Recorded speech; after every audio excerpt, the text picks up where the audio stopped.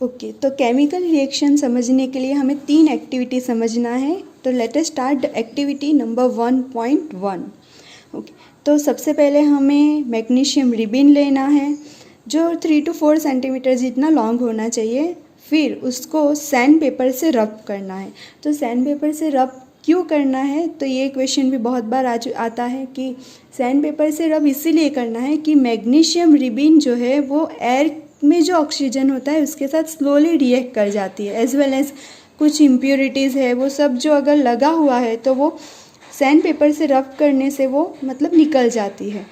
फिर उसको मतलब कि पेयर ऑफ टंग से होल्ड करना है मैग्नीशियम रिबिन को और स्पिरिट लैम्प के पास लेकर जाकर उसको बर्न यानी कि जलाना है।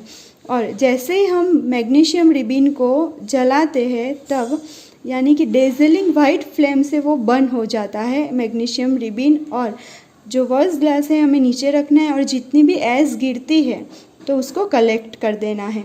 तो ये जो एस गिरती है यानी कि मैग्नीशियम जो है वो बर्नर में मतलब कि बर्नर से जब हम जलाते हैं तो वो ऑक्सीजन के साथ रिएक्ट करता है और मैग्नीशियम और ऑक्सीजन के बीच में केमिकल रिएक्शन होता है। और ये जो वाइट पाउडरी फॉर्म में होता है वो होता है मैग्नीशियम ऑक्साइड्स, यानी कि मैग्नीशियम और ऑक्सीजन के बीच में केमिकल रिएक्शन हुआ और न्यू प्रोडक्ट जो बन के आया वो है मैग्नीशियम ऑक्साइड। सेकेंड एग्जाम्पल हम कंसिडर करते हैं एक्टिविटी नंबर 1.2। तो उसके अंदर हमें क्या करना है कि एक टेस्ट ट्यूब लेना है और उसके अंदर लेड नाइट्रेट का सॉल्यूशन लेना है। वैसे लेड नाइट्रेट का सॉल्यूशन होता है कलरलेस। ओके, बाद में उसके अंदर पोटेशियम आयोडाइड का सॉल्यूशन ऐड करना है। पोटेशियम आयोडाइड का भी कलर होता है कलरलेस। ओके, जब हम ये दोनों को ऐड करते हैं तब हमें येलो कलर के प्रेसिपिटेट्स मिलते हैं। ये दोनों वैसे है कलरलेस लेकिन ऐड करने से उसके केमिकल रिएक्शन होने से येलो कलर के प्रेसिपिटेट्स मिलते हैं। नेक्स्ट एक्टिविटी है एक्टिविटी नंबर 1.3। हमें जिंक ग्रैन्यूल्स लेने हैं थोड़े से और उसको कॉनिकल फ्लास्क में या तो फिर आप टेस्ट ट्यूब में भी ले सकते हो। ओके, फिर उसके अंदर या तो डाइल्यूट हाइड्रोक्लोरिक एसिड या तो फिर सल्फ्यूरिक एसिड जो है वो ऐड करना है। ओके, और ये जब रियल में एक्सपेरिमेंट जब करते हैं तो ये एसिड से हमें थोड़ा केयर लेना है कि हमारी स्किन के ऊपर बर्न ना हो जाए। ओके, जब जिंक ग्रैन्यूल्स के अंदर या तो हाइड्रोक्लोरिक एसिड या तो सल्फ्यूरिक एसिड ये जब ऐड करते हैं तो क्या होता है वो हमें देखना है। तो आपको ये एक्सपेरिमेंट का डायग्राम दिया गया है कि ये जो है वो जिंक ग्रैन्यूल्स है, डाइल्यूट सल्फ्यूरिक एसिड है और ये कॉनिकल फ्लास्क है। तो जब भी हम जिंक ग्रैन्यूल्स के अंदर डाइल्यूट सल्फ्यूरिक एसिड ऐड करते हैं तो हाइड्रोजन गैस जो है वो इवॉल्व होता है, यानी कि ये जो हाइड्रोजन गैस है वो इवॉल्व होता है एज जब हम ये कॉनिकल फ्लास्क की सरफेस को अगर बाहर से ऐसे टच करेंगे तो ये सरफेस जो है वो मतलब कि हॉट लगती है। क्यों? तो कि ये दोनों के रिएक्शन से हमने एसिड ऐड किया है और ये दोनों के रिएक्शन से जो है वो हीट बाहर आ रही है ये दोनों को ऐड करने के बाद। तो इसको एक्सोथर्मिक बोलते हैं। एक्सोथर्मिक यानी कि जब भी रिएक्शन के अंदर से हीट बाहर आ रही है तो इस टाइप के रिएक्शन को एक्सोथर्मिक बोलेंगे। ये आपको बाद में और इसको डिटेल में पढ़ने को आएगा। ओके, तो ये तीनों एक्टिविटी के मतलब कि लेबोरेटरी में जब करते हैं उसके लिंक्स जो है वो मैंने आपको भेज दिए हैं, तो आप उसको ये तीनों एक्सपेरिमेंट जो है वो देख लेना। ओके, और ये तीनों रिएक्शन जब होता है उसके इक्वेशन आपको दिखा देती हूँ कि पहली वाली एक्टिविटी जो हमने एक्टिविटी 1.1 किया कि उसके अंदर मैग्नीशियम रिबिन को हमने मतलब कि जलाया है तो मैग्नीशियम के अंदर ऑक्सीजन ऐड होगा तो उससे बनेगा क्या, मैग्नीशियम ऑक्साइड। सेकेंड एक्टिविटी जिसके अंदर हमने लेड नाइट्रेट के सॉल्यूशन के अंदर पोटेशियम आयोडाइड का सॉल्यूशन ऐड किया था तो येलो कलर के प्रेसिपिटेट्स मिलते हैं जो आप वीडियोस में देख सकोगे। तो उसके अंदर बनता क्या है, तो lead iodide as well as potassium nitrate. Okay, तो और तीसरी वाली एक्टिविटी जो एक्टिविटी नंबर 1.3 है तो उसके अंदर हम जिंक के अंदर या तो डाइल्यूट सल्फ्यूरिक एसिड ऐड कर सकते हैं या तो H2SO4। तो उससे बनेगा क्या, ZnCl2 प्लस हाइड्रोजन गैस जो इवॉल्व होता है जो आप मतलब कि बबल्स के फॉर्म में देख सकोगे एक्सपेरिमेंट में। और हीट जो है वो बाहर आ रही है, इसीलिए हीट का सिंबल ये है। ओके, तो ये तीनों एक्टिविटी से हमें ये समझ में आता है कि जब भी हम यानी कि कोई भी दो केमिकल्स मिक्स करते हैं तो यानी कि केमिकल रिएक्शन होता है।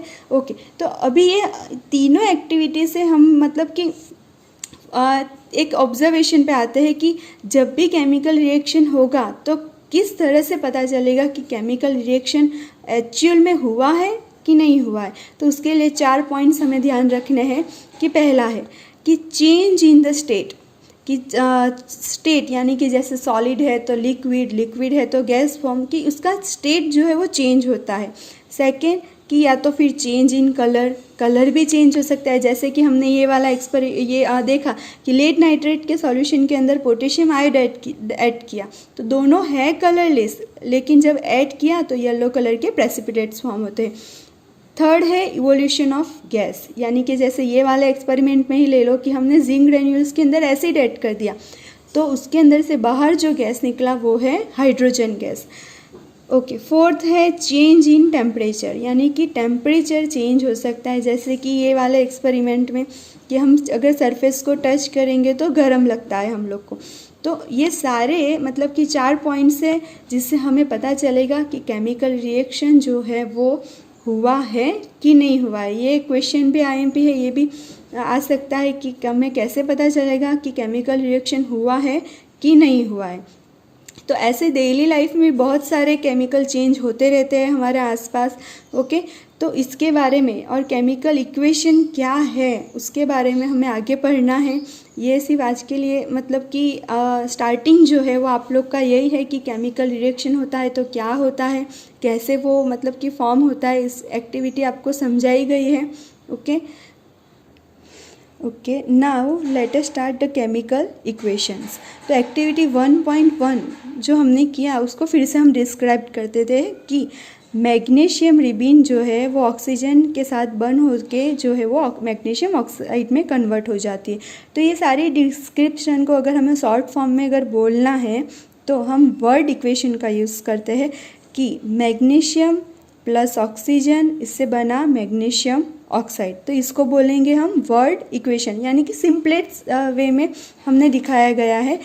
तो substance that undergo chemical change in the reaction, यानी कि मैग्नीशियम एंड ऑक्सीजन ये दोनों जो है वो केमिकल चेंज में मतलब कि रिएक्शन में जो है वो केमिकल चेंज हुआ है इन दोनों के बीच में, तो इसको बोलेंगे रिएक्टेंस। और जो न्यू सब्सटेंस फॉर्म होके आता है यानी कि मैग्नीशियम ऑक्साइड, जो न्यू सब्सटेंस बना है उसको हम बोलेंगे प्रोडक्ट, यानी कि the substance that undergo chemical change उसको बोलेंगे रिएक्टेंट्स। एंड जिससे नया प्रोडक्ट बना है यानी कि जो मतलब कि बना है न्यू प्रोडक्ट्स उसको बोलेंगे हम प्रोडक्ट्स। ओके, तो वर्ड इक्वेशन जब भी होता है तो रिएक्टेंट से लेकर प्रोडक्ट की डायरेक्शन में हमें एरो लगाना होता है, एज वेल एज जो दोनों सब्सटेंस ऐड हुए उसके बीच में प्लस का साइन लगाना पड़ता है। और ऑलवेज जो एरो का साइन होता है वो रिएक्टेंट से प्रोडक्ट की तरफ ही होता है। और अगर वो रिवर्सिबल है यानी कि ये मैग्नीशियम ऑक्साइड फिर से मैग्नीशियम एंड ऑक्साइड में कन्वर्ट हो सकता है तो वो इस मतलब कि ये साइड का एरो भी लग सकता है। लेकिन अभी आपको इतना ही पढ़ना है इसके बारे में। नेक्स्ट हम जाते हैं कि राइटिंग अ केमिकल इक्वेशन, यानी हमने अभी वर्ड इक्वेशन लिखा था, अभी ये वर्ड इक्वेशन जो है अभी उसको और शॉर्ट फॉर्म में लिखना है। तो हम लोग केमिकल फार्मूला का हेल्प ले सकते हैं कि क्या जो भी वर्ड है इक्वेशन है हमारा उसका यानी कि ये जो है उसका हम इक्वेशन के फॉर्म में, जैसे कि मैग्नीशियम प्लस ऑक्सीजन यानी कि ऑक्सीजन के लिए O2 और उससे जो प्रोडक्ट बन के आएगा वो है मैग्नीशियम ऑक्साइड। तो हम ये जो हुआ वो केमिकल इक्वेशन हमने रिप्रेजेंट जो किया है वो मतलब कि केमिकल फार्मूला को लेकर किया गया है। वो वर्ड इक्वेशन में वर्ड से हम लोग लिखते थे और ये जो है वो केमिकल फार्मूला हमने यूज़ किया गया है। नाउ अभी हमें क्या करना है कि number of atom of each element, यानी कि जो रिएक्टेंट्स के अंदर जितने भी नंबर ऑफ एटम्स है वो गिनना है और प्रोडक्ट्स के अंदर जितने भी है वो काउंट करना है। तो चलो मैग्नीशियम इधर देखो, मैग्नीशियम इधर 1 है तो इस साइड भी मैग्नीशियम कितना है 1 है। इस साइड ऑक्सीजन के जो मतलब मोलिक्यूल है वो 2 है और इधर ऑक्सीजन 1 है, यानी इस साइड 2 है, इस साइड 1 है, यानी कि ये जो है वो अनबैलेंस है।